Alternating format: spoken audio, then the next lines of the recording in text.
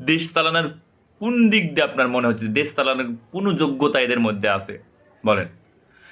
আচ্ছা আচ্ছা, দোয়া কি সামনে থেকে মানে দোয়া কি কবরের সামনে থেকে করলেই শুধু আল্লাহ তাআলা কবুল করবে ভাই কন্ত? বেগম খালেদা জিয়াকে মন থেকেই ভালোবাসি, আমি যদি এখান থেকে দোয়া করি আল্লাহ তাআলা কি কবুল করবে না ভাই কন্ত? এরা এদেরকে সামনে দেয় আসলে, আপনি কি বুঝতেছেন যে এদের একটা ছবি উঠানোর জন্য শুধু সামনে যাচ্ছে, শুধু চামচামি করার জন্য এরা সামনে যাচ্ছে।